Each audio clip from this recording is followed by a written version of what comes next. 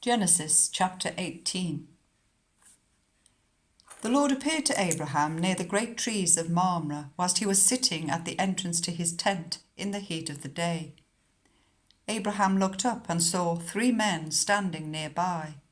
When he saw them, he hurried from the entrance of his tent to meet them and bowed low to the ground.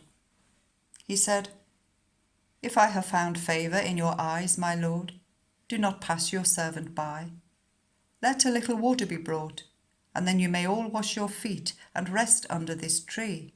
Let me get you something to eat, so you can be refreshed and then go on your way, now that you have come to your servant." "Very well," they answered. "Do as you say." So Abraham hurried into the tent to Sarah. "Quick," he said, "get 3 seahs of the finest flour and knead it and bake some bread." Then he ran to the herd and selected a choice tender calf and gave it to a servant, who hurried to prepare it. He then brought some curds and milk and the calf that had been prepared and set these before them. Whilst they ate, he stood near them under a tree.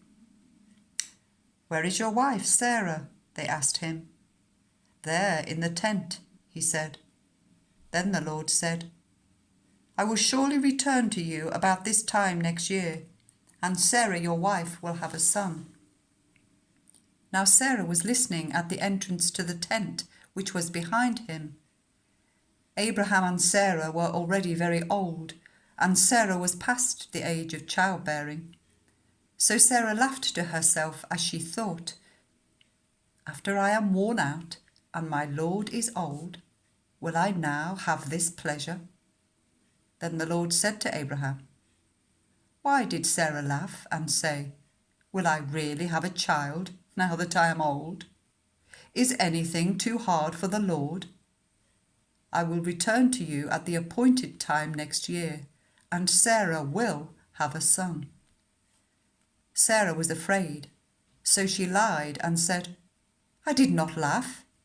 But he said, "Yes, you did laugh."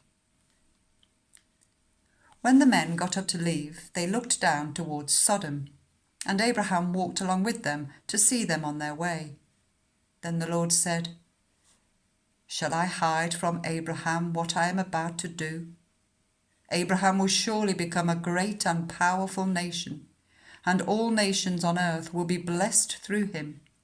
For I have chosen him, so that he will direct his children and his household after him, to keep the way of the Lord by doing what is right and just, so that the Lord will bring about for Abraham what he has promised him." Then the Lord said, "The outcry against Sodom and Gomorrah is so great, and their sins so grievous, that I will go down and see if what they have done is as bad as the outcry that has reached me. If not, I will know." The men turned away and went towards Sodom, but Abraham remained standing before the Lord. Then Abraham approached him and said, "Will you sweep away the righteous with the wicked? What if there are 50 righteous people in the city? Will you really sweep it away and not spare the place for the sake of the 50 righteous people in it? Far be it from you to do such a thing, to kill the righteous with the wicked, treating the righteous and the wicked alike. Far be it from you. Will not the judge of all the earth do right?" The Lord said, "If I find 50 righteous people in the city of Sodom, I will spare the whole place for their sake."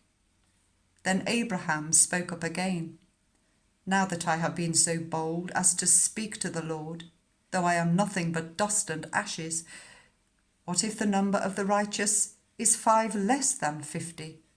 Will you destroy the whole city for the lack of 5 people?" "If I find 45 there," he said, "I will not destroy it." Once again he spoke to him.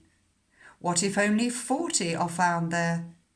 He said, "For the sake of 40, I will not do it." Then he said, "May the Lord not be angry, but let me speak. What if only 30 can be found there?